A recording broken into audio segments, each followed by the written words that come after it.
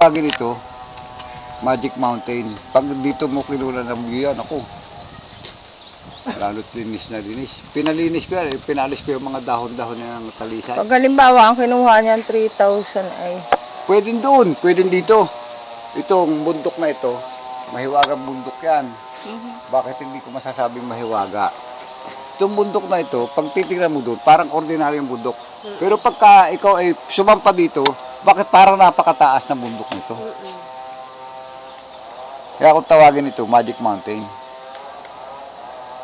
Ganda, nakakalula ang tingnan ng ibaba. Aba, akala mo, Pero maliit lang siyang tingnan sa maliit yan doon. Pero pag nandito ka, iba ang feelings mo dito. Para ka nasa bundok. Pag ang binili niya ay kabila ng karsada, ay pwede din niyang gamitin yung yung harap diyan. Miski dito, pwede rin. Kasama pa ang bahay. Ito naman, kaunti lang ang repair dito. Garahe na itong ilalim na ito. Ito, nabali lang ito. Oh. Ito, nabali ito. Wala nang balor ang bahay. Wala na. Ano na ito? Wala nang balor. Wala, Jo. Hindi kayang, alam mo kung ano itong mga sangkap ito. Eh, maulawin ito. Yung mga anay na nagsasampahan dito, umorder na sa akin ng pustiso.